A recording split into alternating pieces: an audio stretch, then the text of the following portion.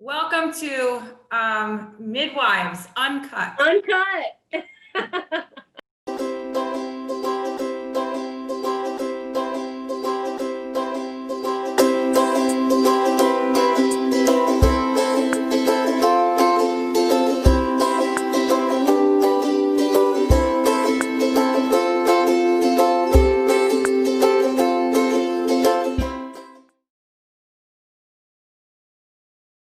Today's episode, I guess we can call it, we are going to be talking with Dr. Eric Wood, who is a naturopathic doctor who practices in Fort Lauderdale. Is that correct, Dr. Wood?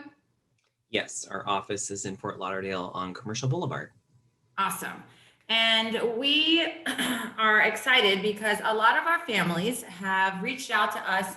You know, we provide prenatal care, we do the birth, we do postpartum, and families choose us, like I was mentioning earlier, because we don't do a lot of medicine. Like most of our care is really around herbs, homeopaths, diets, ways that we can kind of naturally heal the body or help the body. And then they really like it so much that afterwards we can't take care of them anymore. So they're always asking us, okay, well, who else can we see that's like you, but like for after? And we started to say, well, I don't know, let's figure it out. And we learned about naturopathic doctors. So please tell us a little bit about what a naturopathic doctor is. What's your training? What have you, give us a little background. Right. So naturopathic doctors go to 4-year medical program after an undergraduate program as well, similar to like an allopathic doctor.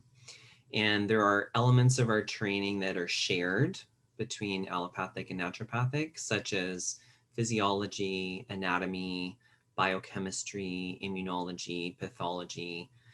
But then the focus begins to shift in that there's a lot of our training that is specified into botanical medicine. We're the only doctoral level trained practitioner or doctor that has botanical medicine training, unlike chiropractors or allopathic doctors or DOs who don't get that training.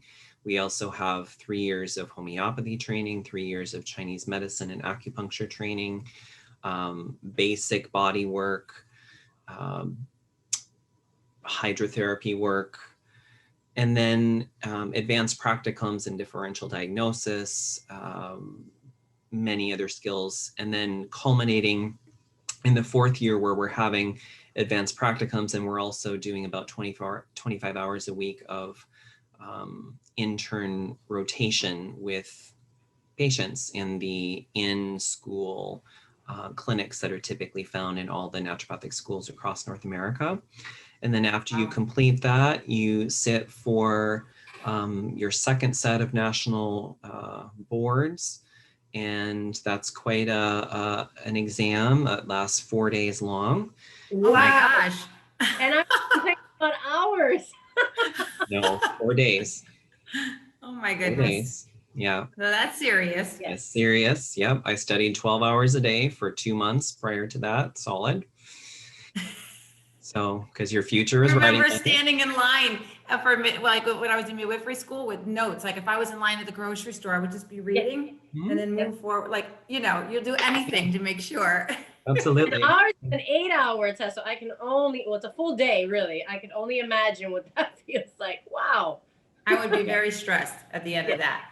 So very thorough, obviously. Yes. Education. So yeah, because it's a lot of material to cover, because we're covering not all, but a substantial portion of allopathic medical training, but then we get all the other stuff that's oriented towards health promotion and wellness promotion and not just disease care, right? So we're trying to optimize health, we're trying to prevent as much as possible. And then when somebody has something going on, we're trying to support the body to heal and repair and regenerate, so you don't need to use as many medications and other things. There's a place for them, but tend to over rely on them a lot of times. So tell me, who and what, or I guess, would you say you treat? Like adult, from infants, all different types of diseases and issues. Help me narrow it down to who can look for you. Yeah, I work with people, especially families, and their kids. I've gotten very inspired by having a almost 2-year-old daughter and going through the process of seeing what's out there and what's not out there for kids and families, and having to look high and low for our own personal physician I could partner with to help just track her progress and do things, because I don't want to be her practitioner, doctor, and her dad too. And so I become very inspired to work more and more with families and kids that way, because I just see they're not getting the information that could literally change their lives and change their kids' health. And sometimes it can be really simple stuff. As I've seen in practice, it's kind of frightening what people are not being told. So I work a lot with chronic health issues. Digestive problems are very, very common. Environmental toxicity issues. In Florida, mold is a really big issue. So I see a lot of mold cases, and I personally dealt with mold. So I also have a real affinity for that kind of practice.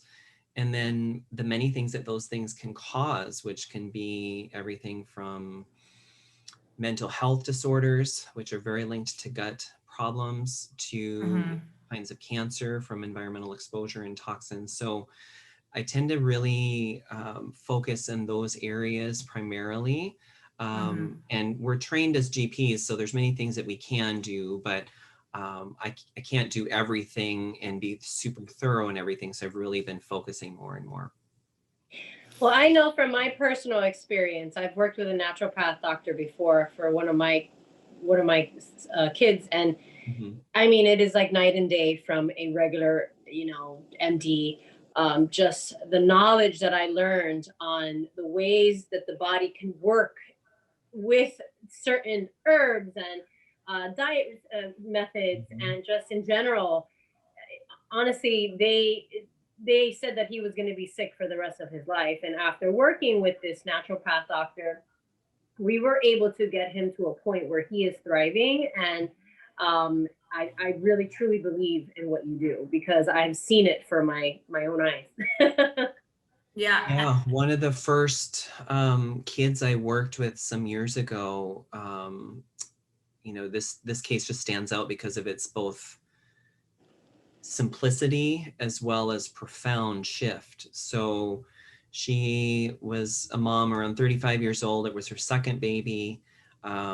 And he was really failing to thrive. He was really, really underweight. He kind of looked like a little old man because he didn't have the baby fat to fill in all the folds of skin and stuff, right?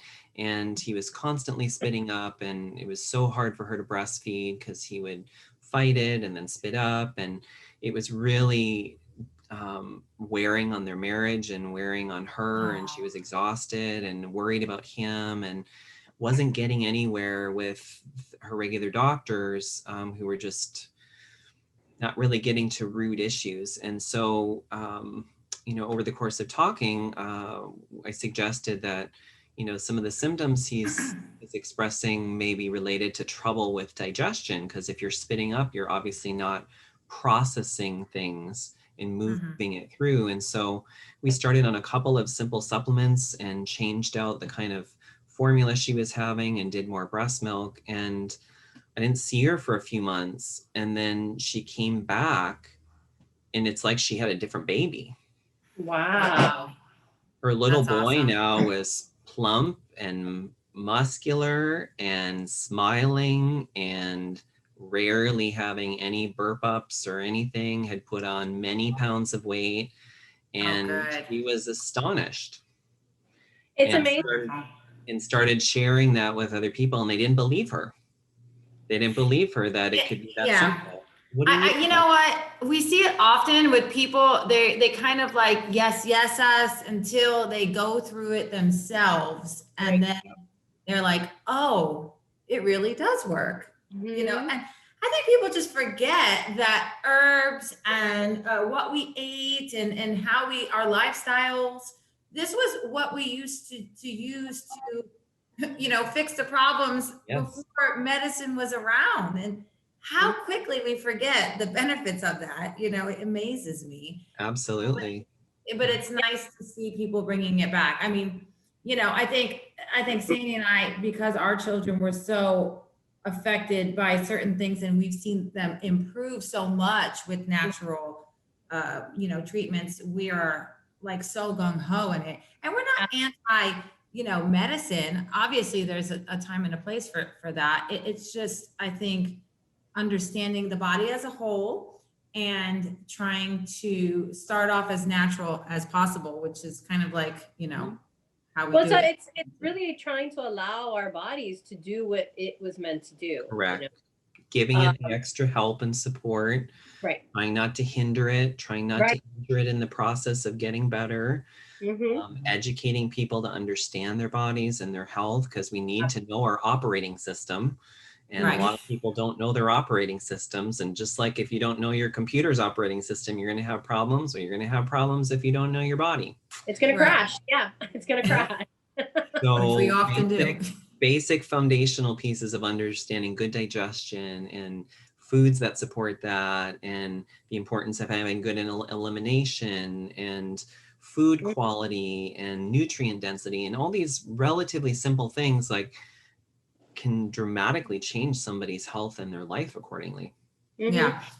And you, sorry, Sandy, do you normally treat, you treat more like your go-to is also homeopaths and herbs and food, or are there other things that you comfortably, well, I guess you said Chinese medicine as well, right? Which is herbs, I guess. So we would typically use, you know, food, supplements, which could include herbs or various vitamins and minerals, amino acids, homeopathics.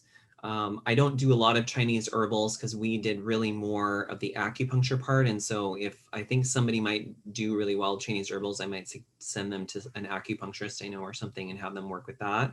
And they can be excellent too. But we would work on those things. And then we use testings to essentially do our investigative work too, beyond our thorough intake, etc. So whether they're going to get a bunch of labs done through their primary or ordering some on their own, these enable us to pull back the curtain and look deeper into a case of things that often have not been looked at before, like the microbiome health or inflammation. My favorite. Or vitamin and mineral levels. There's so many things there that is just not part of the standard lab list that's typically done. And if you're only looking within here and the problems are out here, you're not going to see them. So you got to expand your lens of view. You know, I'm really happy that you shared that story because, you know, not only am I a midwife, but I'm also a lactation consultant. And sometimes I see clients and they're having issues with their babies gaining weight, or, you know, nowadays everyone has reflux. It's like the diagnosis that is given to every single baby. And I'm sorry, but it drives me nuts because not everyone has reflux. There's a reason why this is going on, and we have to get to that reason. And I have had many times where we go deep into it and we figure it out, and now the baby doesn't have to be on all these, you know, reflux medications and things that are just probably just wiping out their sensitive gut and everything else. And so the microbiome is something that we talk to our clients about all the time and how it's important. And it's so vital for people to know this, that it begins from the very, very beginning, from birth. And the research is there. It's there. It's been proven, yet unfortunately, mainstream doesn't kind of pays no mind to it. And I feel like it's really frustrating when we're trying to teach something, but then you have like a huge number of people that are like, oh no, just take this, or no, we're not going to do it that way. So I'm just glad that you know, we're kind of on the same page with that. Absolutely. Yeah. The gap between when research is published and when it's implemented on average is 15 to 25 years in practice. Wow. I did not know that. I didn't either. You're talking about practice that's a generation behind where the literature is. And is that just in the US, or is that because, for example, it's North America specific? I can't quote some of the European countries because some of them have more integrated systems than here, but it's Because I think it was I want to say Germany, but I don't remember exactly, where they realized the benefits of the microbiome in the newborn, and how when the baby passed through the vaginal canal, that's where they picked up a lot of it. So what they were doing as part of their practice to help the baby with the gut was a mom who had to have a cesarean for whatever reason. They had the gauze that was in there, it was in the vaginal canal during the procedure, and then wiped the baby with it. That is how much they realized the benefit of, Yes. Well, there was one doctor in the United States, in New York, that was actually doing that. It was one Oh, doctor. is there? Yeah, Is there really? there was only one. Yeah. Well, that leads me to my other question. So we are a little backwards here. I think we're slow, whatever. So Florida, you're typically licensed, right, in other states. Is that correct? Yeah, so when you complete your boards, then as a naturopath, you're eligible to then apply for licensure in a province or state or states, etc. Currently, I hold mine in Washington, D.C. Florida hasn't offered licensure since 1959. So I practice as a health consultant here, but I do maintain my license in Washington, D.C. and obviously use the knowledge to help educate people and empower people to make smart choices to help their health. Yeah, because I know New York is one where there's a big, there's a school, a naturopathic school, people are licensed there. I didn't know about DC. And it's kind of like with midwives as well. We're not licensed in every state. We are, I think we're at like 32, if I'm not mistaken, states. I thought the big push, that number went up. Well, they were the ones that got it up. We have an organization called the Big Push that helps us get, laws passed for our, us to be licensed in different states, and they've gotten us up to 32. But it's ridiculous how in the same country, some areas you can practice, people respect it, and then in other areas, people don't even acknowledge it. It doesn't make a lot of sense. Yeah, in Washington State and Arizona State, naturopaths have been licensed for approximately 100 years. They're integrated into the insurance systems in those states, same in Vermont. So it tends to be more like the western third of the country, a smattering of states in the Midwest, and then the Northeast. Yeah. And it's similar. We're at maybe 23 states that are licensed, and then Puerto Rico, the Virgin Islands, and DC. So just about half the country, and it's gradually expanding. But yeah, there's definitely places that end up being much more underserved because of legislature problems and just lack of progress. Right. And so with that, you aren't able to use insurance here, but you are able to, you were saying something about HSA accounts and things like that. Yeah, somebody could submit, if they have like a health savings or flex spending account, they could submit like a receipt from our office, and typically that will get reimbursed because I do hold a license in another jurisdiction, and they're not so typically particular about the respective state, politics in that regard. So many people can get support that way. To help cover their costs if they have that option. And another thing that some individuals have started pursuing are kind of alternative insurance plans. Yeah. So like what we call health co-ops have started springing up, and I have multiple clients that use some of those, and they're a lot more liberal in the kinds of healthcare expenses that they'll cover for a coverage participant. So that way people can use the dollars towards things that they really need and want, and that could include more natural therapies. I actually love those types of plans. We have come across a few, and they are, I haven't dug too deep into it, but from what I've seen, just from them reimbursing for the care they've gotten from us, it was like not even an issue. We submitted it, they reimbursed the client, and everything was good. And it's, at least for, myself, and I think Sandy as well, because we do such alternative treatments, we end up getting these plans that don't cover, now you're paying for a plan that you're not really using. when Mhm. you can do something more that's like geared towards, your Yeah. lifestyle. Yeah, and Yeah, I what see they the pay future for. moving towards people will have kind of emergency plans, like emergency Mhm. basic healthcare that'll cover Mhm. like, you know, Just the like acute car things that we accident. need, like a car accident or falling down the Right. stairs, or, things that you definitely need acute care for. You need to go get your bones set, you need to have your surgery. Right. But then for the more chronic, insidious things that tend to build up for people, then you need more, what functional medicine calls lifestyle medicine, where you're working on Mhm. their habits, you're working on the diet, you're working on their sleep, your stress, toxin exposure, all these things, because those are the things that if they're not aligned and strengthened and kept in good order, they're going to be what brings you down and causes your health to start breaking down. Mhm. I have one more question, and then I know we're going to be wrapping it up soon. But let's say somebody had, and I think you already kind of said this, but a chronic. Let's say, God forbid, I had cancer, and I wanted to really battle it naturally.